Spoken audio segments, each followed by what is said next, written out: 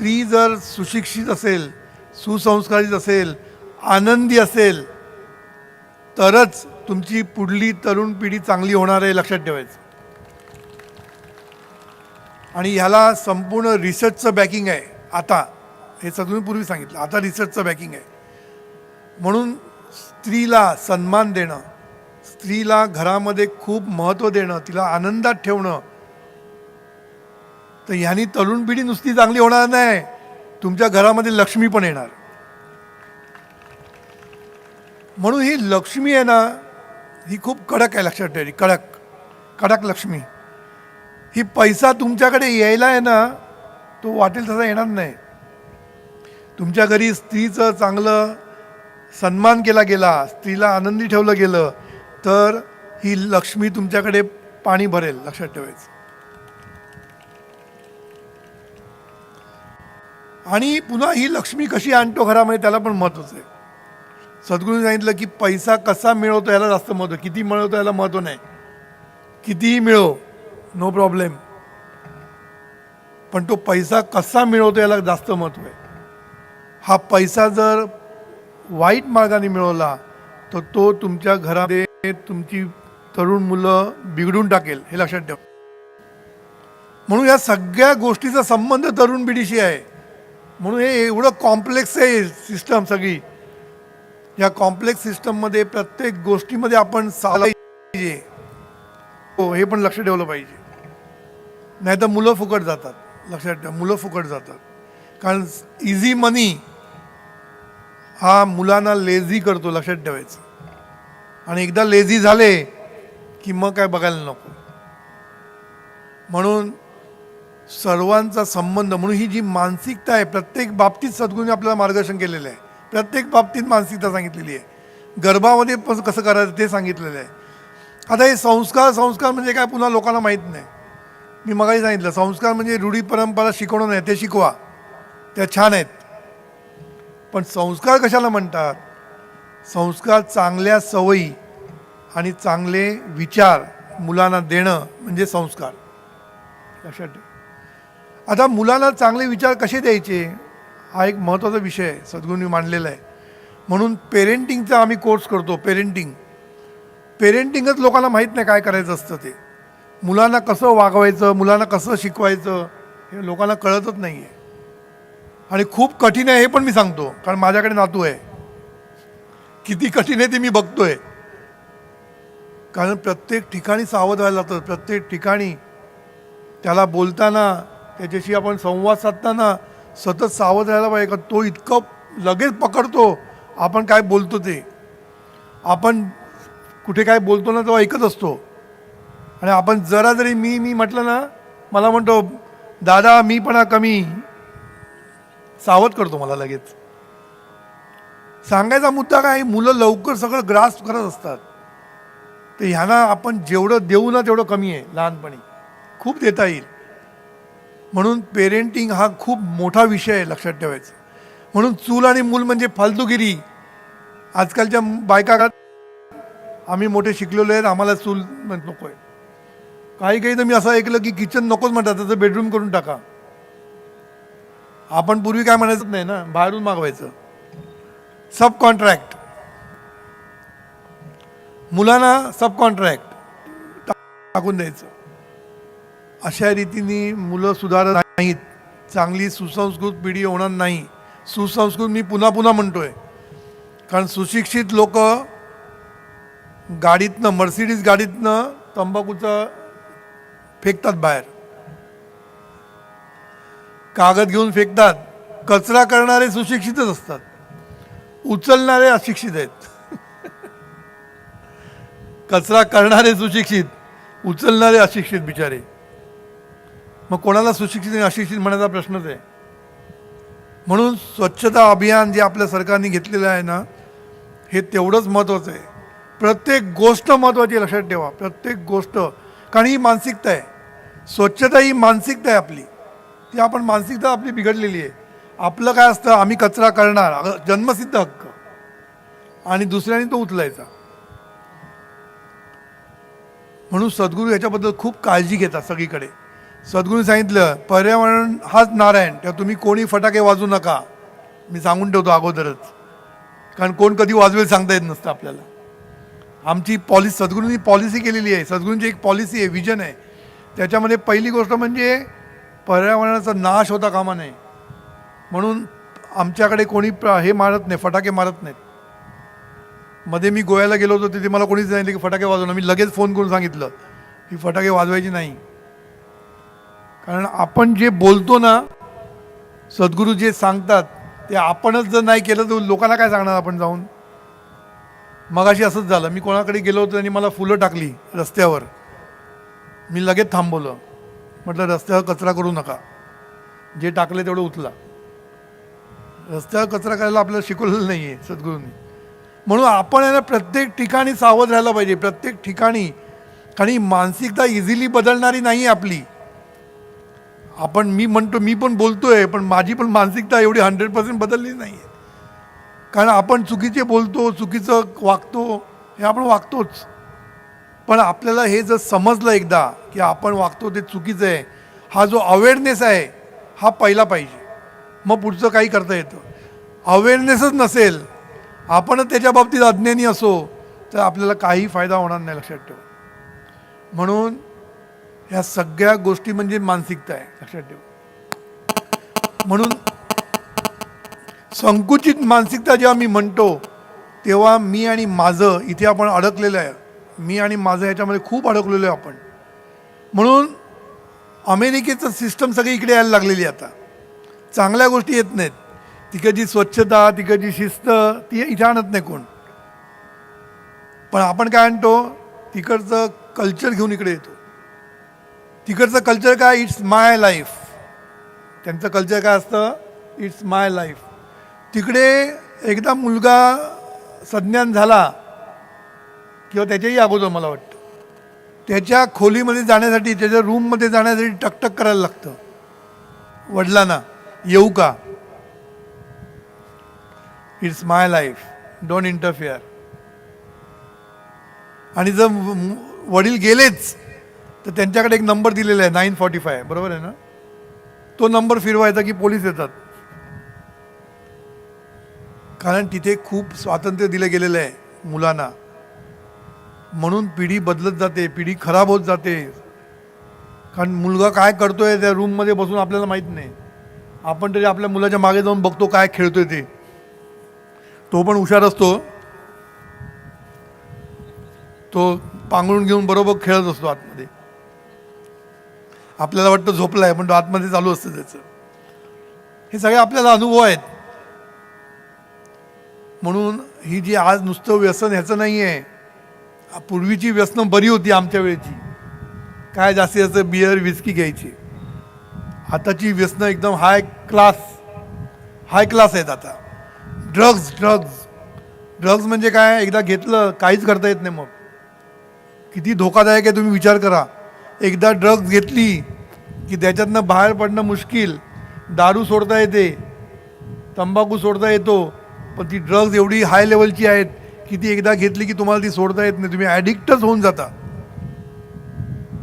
म्हणून आज मुलांकडे लक्ष देणं खूप गरजेचं आहे. आता हे मुलांकडे लक्ष देणं म्हणजे काय, तुम्ही म्हणणार तुम्ही सांगत नाही काहीच. एकच आहे, बॉन्डिंग. आपला बॉन्ड मुलाशी जितका स्ट्रॉंग, तितकं मुलं कमीत कमी बिघडण्याची शक्यता. बॉन्ड म्हणजे कळलं ना, आपण मित्रत्वाचा, प्रेमाचा हा जर बॉन्ड निर्माण केला तर मुलाला प्रत्येक गोष्ट आपल्या आईवडिलांना येऊन सांगावीशी वाटली पाहिजे. आपल्याकडे काय होतं, माझ्याकडे आता काउन्सिलिंगला लोक येतात, तर ती मुलगी माझ्याकडे येऊन मला सांगते की माझं असं प्रेम आहे. म्हटलं तू घरी सांगितलंस का, नाही घरी सांगायची शामत नाही. ह्याला कारण का, की घरी सांगितलं की एक कानफडत मिळणार, ऐकूनच घेणार नाही. तो मुलगा चांगला पण असू शकतो, पण ऐकून नाही घ्यायचं. म्हणून ऐकून घेण्याची जर आपण लहानपणापासून सवय ठेवली की तो काय म्हणतो ते ऐकायचं, त्याचं सगळं ऐकून घ्यायचं, ही जर आपण सवय ठेवली, ही मानसिकता त्याच्याकडे रुजवली की बाबा आपले वडील आणि आपली आई आपलं सगळं ऐकतात, ही जेव्हा आपण मानसिकता करतो निर्माण, तेव्हा मग तुम्ही मुलं तुमच्याकडे यायला लागतात सगळ्या गोष्टी घेऊन. मग लव्ह मॅरेज केलं ते तुमच्याकडे पहिले येऊन सांगतील की मला हा मुलगा आवडतो. आणि हे जे बॉन्डिंग तुम्ही जेवढं वाढवाल मुलांबरोबर तेवढं मुलं तुमच्याकडे चिकटून राहतील तुम्हाला. बाहेरच्या संगतीमध्ये एवढं आजकाल कठीण परिस्थिती झालेली आहे की या संगतीला रोखणं हे खूप कठीण झालेलं आहे. कारण मी बघतोय आता, पूर्वीचं आमच्याला सोपं होतं, आता कठीण झालेलं आहे खूप. म्हणून सतत तेल घालून, डोळ्यात तेल घालून म्हणतात ना, तसं लक्ष ठेवायला पाहिजे. पण लक्ष ठेवणं म्हणजे CID गिरी वाटता कामा नये, हे पण बघायला पाहिजे.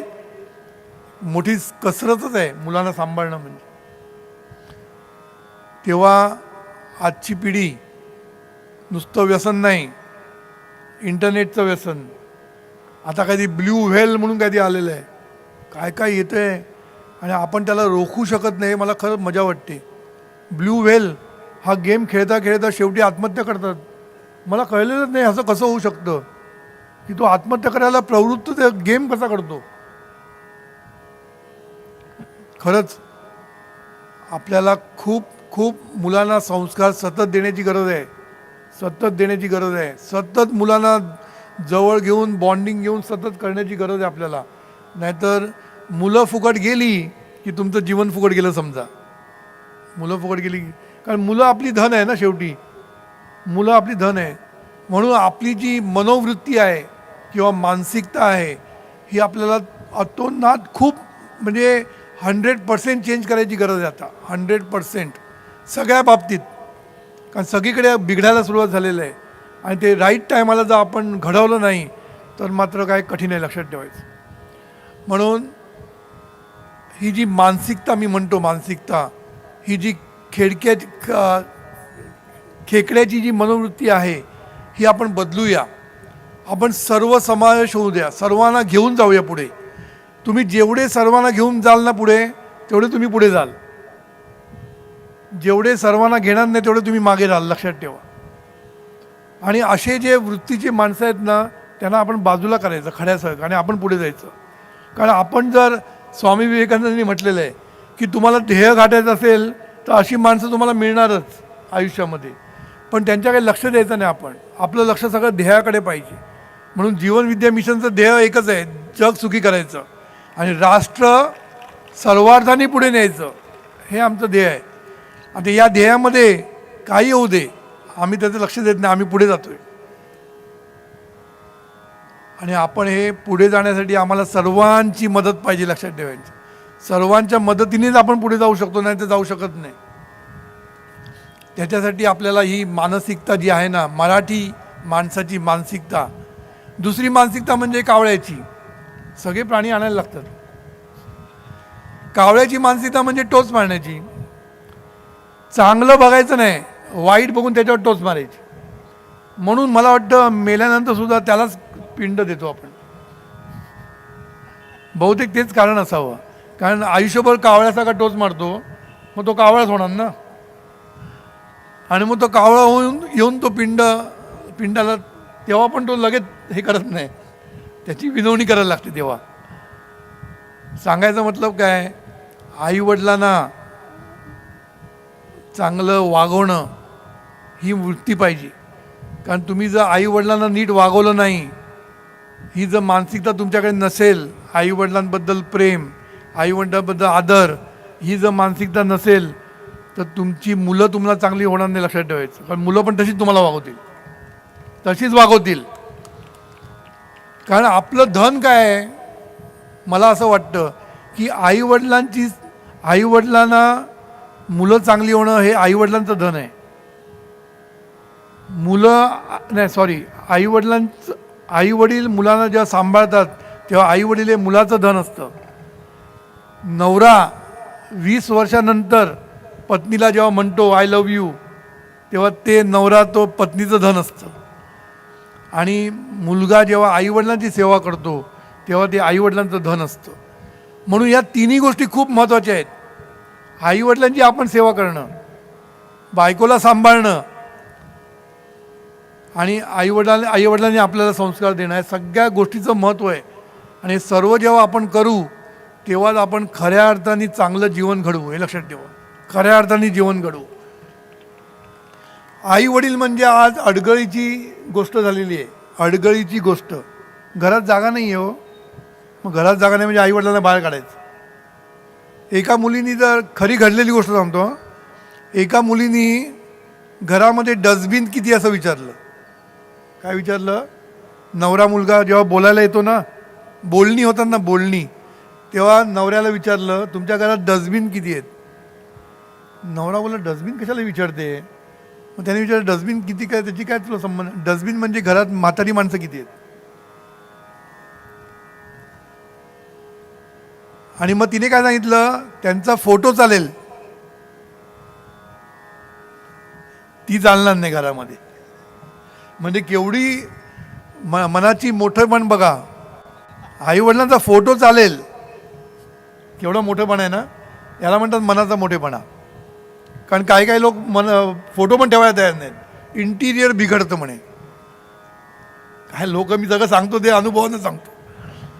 फोटो पण लावत नाही आई वडिलांचा. का? तर इंटिरियर बिघडतं.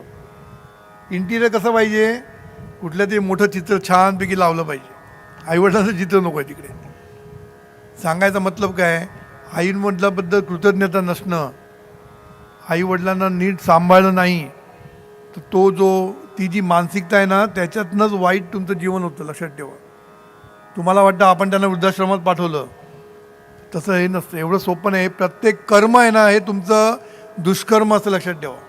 आणि या दुष्कर्माचं फळ तुम्हाला मिळणारच. मला अमेरिकेमध्ये एकदा मी गेलो असताना मला विचारलं की तुम्ही असं बोलता वृद्धाश्रमात पाठवायचं नाही. पण आजची गरज आहे ती. कारण मुलं अमेरिकेला असतात, आईवडिलांकडे बघायला वेळ नसतो, हे असतं ते असतं. त्याने मला बरंच सांगितलं. मी त्याला म्हटलं सगळं तुझं मान्य आहे, मला तुमचे प्रॉब्लेम मला सगळे मान्य आहेत, पण आईवडिलांची काळजी कशी घ्यायची तुम्ही ठरवा ना. घरात ठेवणं असं महत्त्वाचं नसतं. तुम्ही त्याला चांगल्या रीतीने त्याची काळजी घ्या. कशी घ्या तुम्ही बघा ना. म्हणून माझ्याकडे काही लोक आले होते, जोरदार भांडणं घरामध्ये, सासू सासरे आणि मुलांची. शेवटी माझ्याकडे काउन्सिलिंग, सगळ्यांची मीटिंग घेतली मोठी आणि एकच गोष्ट सांगितली, तुम्ही भांडून तुमचं कधीच चांगलं होणार नाही. त्यापेक्षा तुम्ही एक काम करा, तुम्ही 2 फ्लॅट जवळजवळ घ्या. त्यांचा मोठा फ्लॅट होता, त्या फ्लॅटमध्ये सगळे एकत्र राहत होते. मी म्हटलं हा फ्लॅट विका आणि 2 फ्लॅट जवळजवळ घ्या. दोघे वेगळे राहतील प्लस दोघे एकमेकांची काळजी घेतील. त्यांना आयडिया खूप आवडली. त्यांनी आयडिया ती केली आणि आज दोघे सुखात आहेत. शेवटी आपल्याला काहीतरी त्याच्यातनं योग्य मार्ग काढणं गरजेचं आहे. आई वडिलांना सोडणं हा मार्ग नाही आहे. त्याच्यामध्ये आई वडिलांची काळजी कशी घ्यायची हा मार्ग आपण काढू शकतो. आपण जरी अमेरिकेला गेलो तरी आई वडिलांची काळजी कशी घ्यायची तिथे सतत लक्ष पाहिजे तुमचं. आजकाल सगळं टेक्नॉलॉजी आहे, सतत लक्ष ठेवता येतं आई वडिलांवर. पण ही काळजी घेणं महत्त्वाचं आहे. नुसतं घरात ठेवणं हे नाही. नाहीतर काही लोक घरात ठेवतात आणि लक्ष देत नाहीत. मध्ये एक पिक्चर आला होता आपलं माणूस, अंगावर काटा आला होता तेव्हा. नाना पाटेकरचा एक संवाद आहे त्याच्यामध्ये की तुम्ही त्या म्हाताऱ्याला शेवटी केव्हा शिवला होता. म्हातारा म्हणजे आई वडील. त्या म्हाताऱ्याला तुम्ही शेवटचा स्पर्श कधी केला होता असा प्रश्न त्यांनी मुलाला विचारला. याचा अर्थ काय, घरी असून सुद्धा अडगळीत. कारण नुसतं घरी असणं म्हणजे आईवडिलांना घरी ठेवणं म्हणजे सांभाळ केला असं होत नाही. आईवडिलांना काय पाहिजे असतं, काही जास्त नको असतं, जस्ट चौकशी. ऑफिसमधनं आल्यानंतर लगेच इंटरनेटवर बसण्यापेक्षा जरा येऊन आईवडिलांची नुसती चौकशी जरी केली तरी आईवडिलांना आणि काय नको असतं तुमच्याकडनं. तुमच्या काय ऑफिसमधल्या गप्पा त्यांना काय कळत नसतात. त्यांना फक्त येऊन छान बरं आहे ना जरा स्पर्श करून. स्पर्शाचं महत्त्व खूप असतं. स्पर्शाचं महत्त्व खूप असतं, लक्षात ठेवा. स्पर्श सगळं सांगून जातो. सगळं वाईट स्पर्श आहे की चांगला ते पण सांगून जातो. म्हणून आईवडिलांना स्पर्शाची गरज असते, बाकी काय नको असतं. तुमचे पैसे नको असतात का काय खाणार ते? त्यांना पैशाची काय गरज नसते, कसलीच गरज नसते. त्यांना फक्त तुमच्या विचारण्याची, तुमच्या स्पर्शाची एवढीच गरज असते. मग तेवढं पण आपण देऊ शकलो नाही तर मग आपला काय उपयोग आहे? त्याच्यासाठी किती वेळ लागतो? जास्त काय वेळ लागत नाही. मी हे तुम्हाला का सांगतोय, ही जी वृत्ती आहे ना आपली, ही मी का सांगतोय का ह्या मनोवृत्तीमधूनच आज जे प्रॉब्लेम आहेत ते सगळे निर्माण झालेले आहेत. आज सगळे जे प्रॉब्लेम तुम्हाला दिसत आहेत, घटस्फोट कशामुळे होत आहेत? बायकाला नीट न वागवल्यामुळे. लव्ह मॅरेज करतात. आता मी काउन्सिलिंग करतो मोठ्या प्रमाणावर, मला कळतं. लव्ह मॅरेज करतात, 2 वर्षामध्ये झालं बंद. मी म्हटलं काय झालं? मला मारतो. अरे, ज्या माणसाने तुझ्यावर प्रेम केलं तो तुला माणूस आता मारतो? म्हटलं तुला हे कळलं नाही अगोदर? नाही, त्यावेळेला कळलं नाही ना. बरं, त्यावेळेला सांगायचा प्रयत्न केला, ऐकत नाही. आम्ही शहाणे, तुम्ही नका सांगू काय.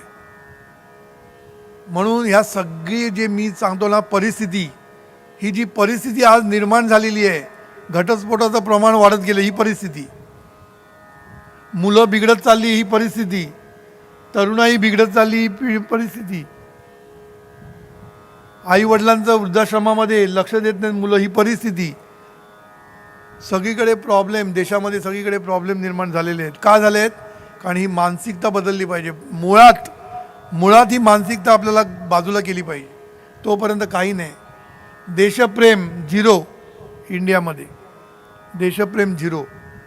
पहिला मी, माझी फॅमिली, जात, माझा धर्म याच्यात अडकलेले आहेत. म्हणून देशप्रेमाचे धडे लहानपणापासून देणं खूप गरजेचं आहे. लहानपणापासून. आमच्याकडे आता इथे बसलेली एक लेक्चरर आहे, ती एका कॉलेजमध्ये लेक्चरर म्हणून काम करते. तिने आपल्या मुलांना जय हिंद म्हणायला शिकवलं आहे. जय हिंद. कारण ती मुलं काय म्हणायची, काही भेटल्यानंतर hi miss, hi miss, hello, good morning, सगळं इंग्लिश बोलायची. तिने सांगितलं मला हे नको आहे तुमच्याकडनं. तुम्ही मला भेटला की मला तुम्ही विश कसं करायचं, जय हिंद असं करायचं. मला एवढं आवडलं तिचं, बसली आहे इकडे, मला एवढं आवडलं त्या एका गोष्टीवरनं मला तिच्याबद्दल प्रेम वाटलं. म्हटलं ह्याला म्हणतात शिक्षक, याला म्हणतात टीचर. आणि तिने आपल्या वर्गातल्या सगळ्या मुलांना एंट्री केल्यानंतर पहिली प्रार्थना म्हणायला लावते, संस्कार. आणि मुलं म्हणतात, लक्षात ठेवा. पण ती जेव्हा जय हिंद म्हणायला लावते लोकांना, तेव्हा किती बरं वाटतं. तिने सांगितल्यानंतर मला बरं वाटलं. कारण ह्याच्यामध्ये ती पुन्हा वाक्य सांगते, 3 वाक्य म्हणायला लावते वर्गामध्ये. I love my country, I respect my country, and अजून एक 3रं वाक्य आहे. सांगायचा मतलब काय, हे 3 वाक्य ती म्हणायला लावते आणि मग जय हिंद असं म्हणायला लावते. हे जर प्रत्येक शाळामध्ये झालं तर कुठेतरी देशाबद्दलचं प्रेम निर्माण होईल. लक्षात ठेवा. कारण आज देशाबद्दल प्रेम नाही आहे. देश गेला फुल्ली. पहिला मी, माझं पहिलं चांगलं व्हायला पाहिजे, मला बाकीचं पडलं नाही. म्हणून आज सगळीकडे जे चाललेलं आहे, इतकं काय म्हणतात त्याला, फूडमध्ये प्रॉब्लेम चालले आहे. म्हणजे पेस्टिसाईड वापरत आहेत, काय वाटेल ते करतायत पैशासाठी वाटेल ते करतायत आणि पैसे कमवत आहेत. आणि त्या पैशातनं संपूर्ण रोगराई निर्माण झालेली आहे. मग आपण काय म्हणतो, ही रोगराई कशामुळे झाली आहे? रॉंग मानसिकता. पैसा कमवणं हे ध्येय, पैशानीच माणूस सुखी होता हे ध्येय. म्हणून त्याच्यामुळे ही मानसिकता निर्माण झाली की पैसा कसाही मिळवा. म्हणून हे सांगणं गरजेचं आहे, हा संस्कार, की पैसा चांगल्या मार्गानेच मिळवला पाहिजे आणि चांगल्या मार्गासाठीच वापरला पाहिजे. हे सतत मुलांना सांगायचं, पैसा मी देणार तुला, पण तू चांगल्या मार्गासाठी. पैसा देणार नाही असं नाही. पण आपण काय करतो, आपल्याला वेळ नसतो, मग मुलाला काय काय आणून देतो, रोज एक गोष्टी नवीन का, तो खुश व्हायला पाहिजे म्हणून. पण एक लक्षात ठेवा, नुसते आयटेम्स आणून दिले, i10 ना, ॲपलचा कॉम्प्युटर, ॲपलचा मोबाईल घरी आणून दिला म्हणजे मुलाला आपण काम केलं मोठं हे असं समजू नका. ते ॲपल तुम्हाला प्रॉब्लेम निर्माण करेल नंतर. म्हणून मुलाला संस्कार देणं, मुलाला आनंद देणं मुलांची चौकशी करणं, मुलांवर लक्ष ठेवणं हे खूप गरजेचं आहे. म्हणून पैशाच्या मागे लागू नका. खूप पैसा तुमच्या मागे लागेल अशी आयडिया सद्गुरू देतात. कारण पैसा आपल्या मागे लागला पाहिजे. तुम्ही पैंच्या मागे लागला की पैसा तुमच्या मागे लागेल. सोपं आहे. तुम्ही फक्त पैंच्या मागे लागा. पै म्हणजे मी नाही, सद्गुरूंच्या म्हणजे जीवनविद्येच्या. तुम्ही जीवनविद्येच्या मागे लागा, पैसा तुमच्या मागे लागेल, सुख तुमच्या मागे लागेल, सगळं काही तुमच्या मागे लागेल. तुम्हाला कुठे जायची गरज नाही. हे कसं होतं? मानसिकता बदलायची आपल्याला. मनामधले विचार बदलले, मन बदललं, फक्त विचार बदलायचे आणि काहीही करायचं नाही. आपल्याला काहीही नाही करायचं. लोकांना वाटतं खूप काही करायचं आहे आपल्याला. काही नाही करायचं. फक्त विचार बदलायचे. विचार एकदा बदलले सगळं काही ठीक होणार आहे. रेडिओ असतो ना, रेडिओवर खरखर खूप येते माहीत आहे ना. रेडिओवर खरखर येते. मग आपण काय करतो? फक्त ट्युनिंग करतो. असं जरा ट्युनिंग केलं, खरखर गेली आणि मस्तपैकी चांगला आवाज ऐकू येतो. काय केलं आपण? फक्त ट्युनिंग केलं. मोठं काय केलं नाही. बाकीचं सगळं लोक करतात, आपण काय करत नाही. तिथे सगळ्या दोन्ही लेडी तिकडे येत असतात. आपण काय करत नाही, आपण फक्त ट्युनिंग करतो. तसं सद्गुरूंनी आपल्याला सगळं दिलेलं आहे आणि आपल्याला फक्त ट्युनिंग करायचं आहे. थोडंसं ट्युनिंग केलं विचारांमध्ये की सगळी परिस्थिती बदलेल. सगळी परिस्थिती जगाची बदलण्याचं ताकद ह्या विचार परिवर्तनामध्ये लक्षात ठेवायचं आणि काय करायचं नाही आहे. म्हणून आज मी ही जी परिस्थिती तुमच्यासमोर उभी केली, हे वास्तव आहे. लक्षात ठेवा, ही वास्तव आहे. आणि हे वास्तव जर आपल्याला बदलायचं असेल तर आपल्याला जीवनविद्येचे विचार, कुठलेही विचार नाही, कारण विचार खूप लोक देतात.